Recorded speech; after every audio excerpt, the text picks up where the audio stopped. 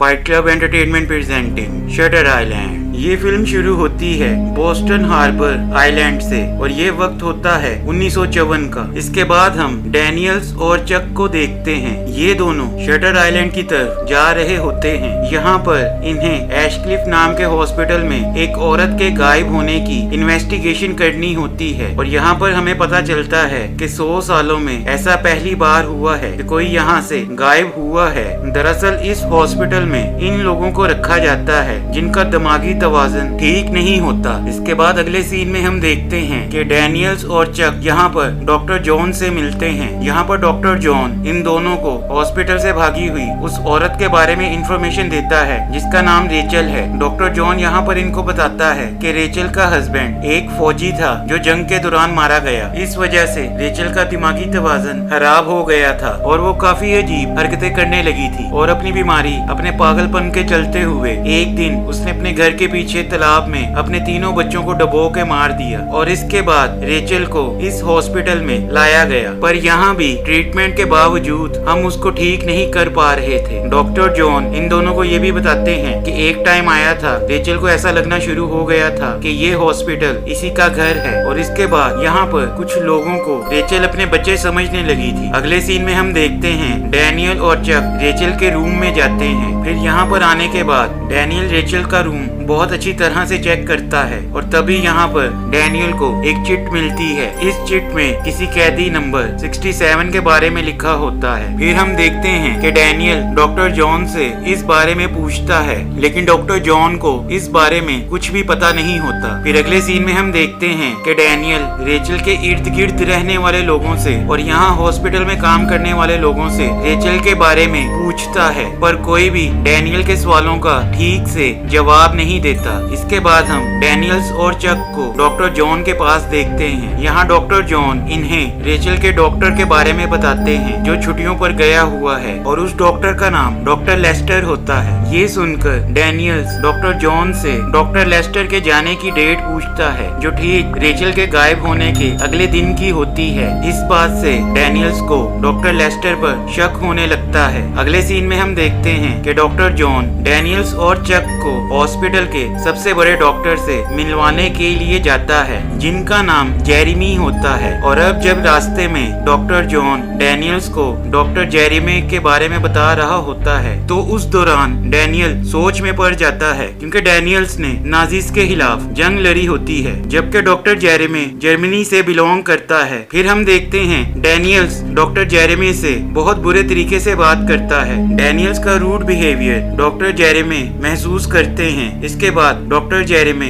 यहाँ से चले जाते हैं। फिर हम देखते हैं डैनियल सो रहा होता है और उसको ख्वाब में उसकी बीवी नजर आती है और डैनियल्स अपने ख्वाब में अपनी बीवी को जलकर मरते हुए देखता है। और फिर हम देखते हैं डैनियल्स नींद से उठ जाता है क्योंकि उसकी बीवी की मौत सच में इसी तरह हुई थी। फिर अगले सीन में हम देखते हैं कि डैनियल्स और चक को रेचल के खिलाफ कोई सबूत नहीं मिलता, इसलिए ये दोनों यहाँ से जाने का फैसला करते हैं। लेकिन मौसम ना ठीक होने की वजह से इन दोनों को कुछ दिनों के लिए आइलैंड पर रुकना पड़ता है। इस वजह से ये दोनों दोबारा अपनी इन्वेस्टिगेशन को जारी रखते हैं। इस दौरान डैनियल्स रेचल के साथ वाले रूम में रहने वाली एक औरत से इन्वेस्टिगेट करता है। यहाँ पर डैनियल्स उससे किसी एंड्रयू नाम के बंदे के बारे में पूछता है और ये औरत एंड्रयू नाम के बंदे को जानने से मना कर देती है। और हम देखते हैं कि वो औरत जाते वक्त डैनियल्स की डायरी में कुछ लिख कर यहाँ से चली जाती है और जब डैनियल्स देखता है कि उसने क्या लिखा है तो उसमें रन लिखा होता है, यानी कि वो डैनियल्स को यहाँ से भागने का कह रही है। इसके बावजूद डैनियल्स इसको इग्नोर करके चक से किसी एंड्रयू नाम के आदमी का पूछता है। चक डैनियल से कहता है कि ये वही आदमी है जिसने तुम्हारे घर में आग लगाई थी और वो ऐसा बहुत से लोगों के साथ कर चुका है और इस वजह से पुलिस ने उसको पकड़ लिया था। और एंड पर उनको ये पता चला था कि एंड्रयू से ये सारे काम एक रूह करवा रही है और इस वजह से पुलिस वालों ने उसे पागल समझकर इस हॉस्पिटल में भेज दिया था। ये जानने के बाद डैनियल्स एंड्रयू को पूरे हॉस्पिटल में ढूंढना शुरू कर देता है, पर वो उसे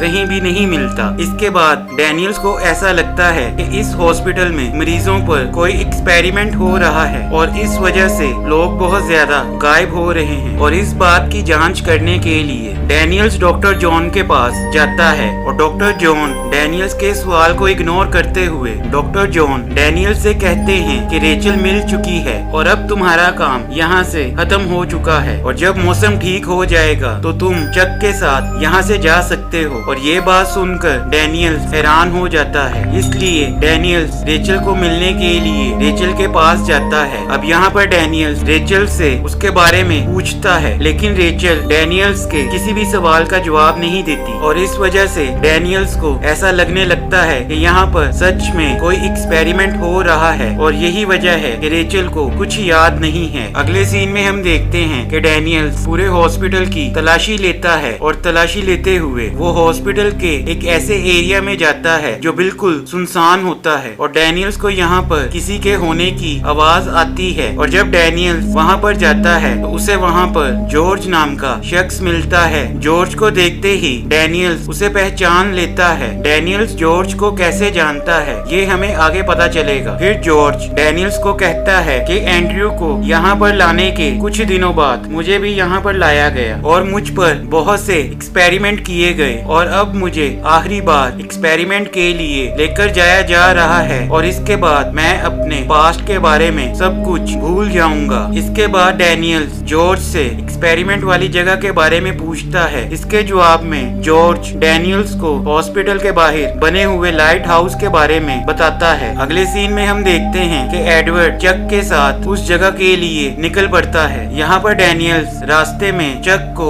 एक्सपेरिमेंट के बारे में बताता है और शायद यही वजह थी कि रेचल इनके किसी भी सवाल का जवाब नहीं दे पा रही थी क्योंकि उसकी याददाश्त मिटा दी गई थी। चक ये सुनकर हैरान हो जाता है और डैनियल्स को कहता है कि इस सवाल का जवाब डॉक्टर जॉन से लेते हैं, लेकिन डैनियल्स चक की बात नहीं मानता और अकेला ही लाइट हाउस की तरफ निकल पड़ता है। और आगे जाकर डैनियल्स देखता है कि रास्ता तो खत्म हो गया है। इसके बाद वो चक के पास वापस जाने लगता है, पर वहाँ पर पहुंचकर वो देखता है कि चक यहाँ से गायब है। और तभी डैनियल्स की नजर नीचे एक चट्टान पर पड़ती है और डैनियल्स यहाँ पर देखता है कि चक ऊपर से नीचे गिरकर मर चुका है। फिर हम देखते हैं कि डैनियल्स चक की लाश को नीचे देखने के लिए जाने लगता है, लेकिन डैनियल्स के नीचे पहुंचने से पहले ही समंदर की लहरें चक की बॉडी को अपने साथ बहा ले जाती हैं। फिर हम देखते हैं कि डैनियल्स यहाँ पर बहुत ज्यादा इमोशनल हो जाता है और इसके बाद डैनियल्स सोचता है कि शायद डॉक्टर जॉन और डॉक्टर जेरेमी ही मरीजों पर एक्सपेरिमेंट कर रहे हैं और इसी वजह से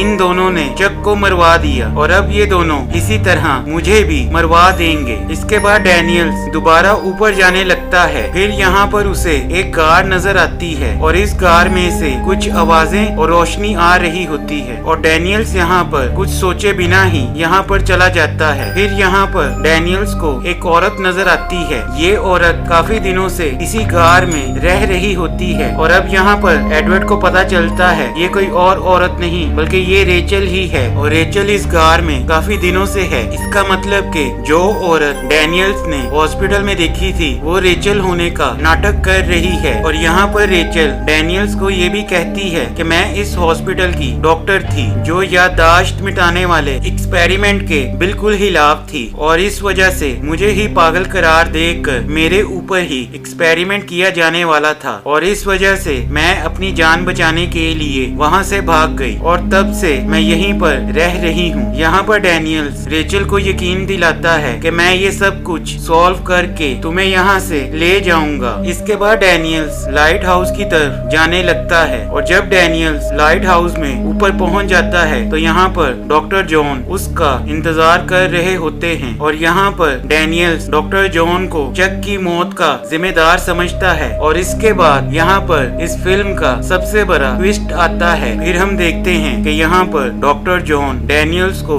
बोर्ड पर कुछ नाम लिखकर बताते हैं कि तुम्हारा असली नाम एडवर्ड डैनियल्स नहीं बल्कि एंड्रयू है, और रेचल का असली नाम डोलोरेस है, जो कोई और नहीं बल्कि तुम्हारी बीवी ही है, और जो उसके कमरे में पर्ची मिली थी जिसके ऊपर 67 लिखा हुआ था, वो पेशेंट कोई और नहीं बल्कि तुम खुद ही हो। यहाँ पर हमें पता चलता है कि एंड्रयू की वाइफ डोलोरेस दिमागी बीमारी में मुब्तला थी, और एंड्रयू के जंग में होने की वजह से वो ये बात सबसे छुपा रही थी, और इस वजह से उसकी हालत और भी खराब हो गई। इसी वजह से उसने अपने तीनों बच्चों को पानी में डुबो के मार दिया था, और जब एंड्रयू को ये पता चला तो उसने गुस्से में आकर डोलोरेस को गोली मार दी, और इसके बाद वो भी दिमागी तनाव का शिकार हो गया, और इसी वजह से उसे इस आइलैंड पर लाया गया। यहाँ पर एंड्रयू को डॉक्टर जॉन की बात पर यकीन नहीं होता, इसलिए एंड्रयू डॉक्टर जॉन को झूठा और मक्कार कहता है। इसके बाद डॉक्टर जॉन एंड्रयू को अपनी बात का यकीन दिलाने के लिए उसे एंड्रयू की रिपोर्ट्स और हॉस्पिटल में भर्ती होने की रिपोर्ट दिखाते हैं, और इस रिपोर्ट के मुताबिक वो पिछले 3 सालों से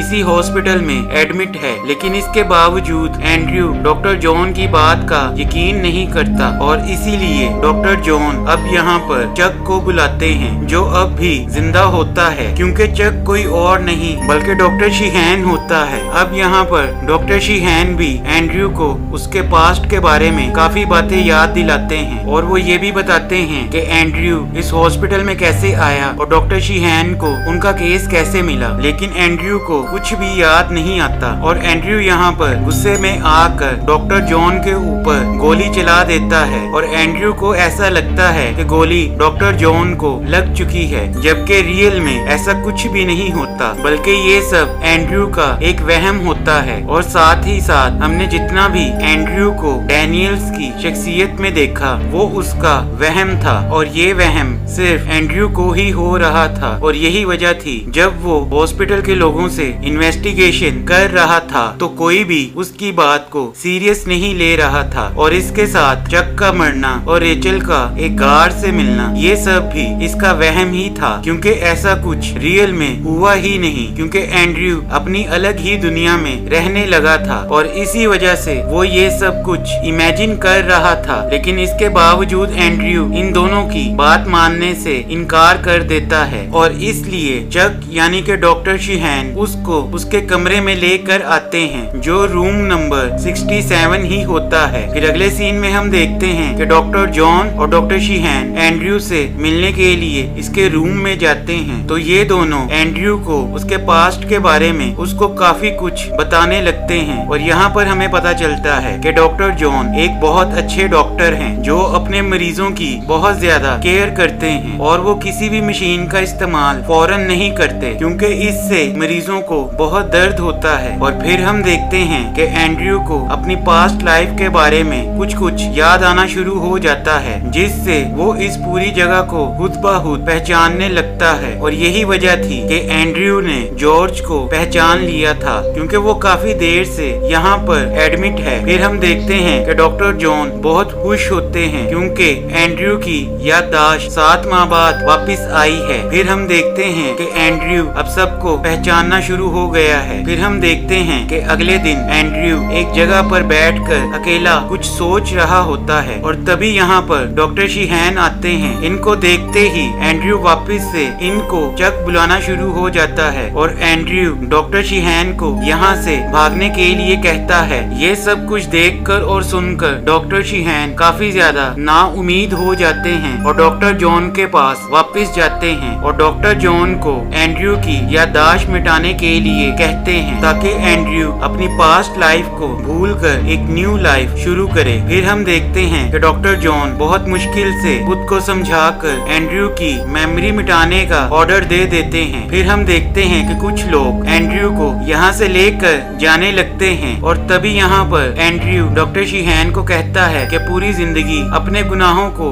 याद करने से बेहतर है कि मैं अपनी न्यू लाइफ शुरू करूं। और इसके बाद हम देखते हैं कि एंड्रयू यहाँ से चला जाता है और अगले सीन में हम डॉक्टर शीहैन को देखते हैं जो समझ जाते हैं कि एंड्रयू ने मेमोरी लॉस्ट का नाटक किया था, जबकि उसको सब कुछ याद होता है। लेकिन एंड्रयू अपनी पुरानी यादों के साथ जीना नहीं चाहता, इसीलिए वो अपनी मर्जी से अपनी याददाश्त मिटाना चाहता है। और इसी के साथ ये फिल्म यहीं खत्म हो जाती है। उम्मीद करते हैं कि आपको ये हमारी वीडियो पसंद आई होगी। मजीद ऐसी वीडियोस देखने के लिए चैनल को सब्सक्राइब करें, वीडियोस को लाइक करें और ज्यादा से ज्यादा शेयर करें और अपनी मनपसंद वीडियोस की एक्सप्लेनेशन देखने के लिए कमेंट्स करें।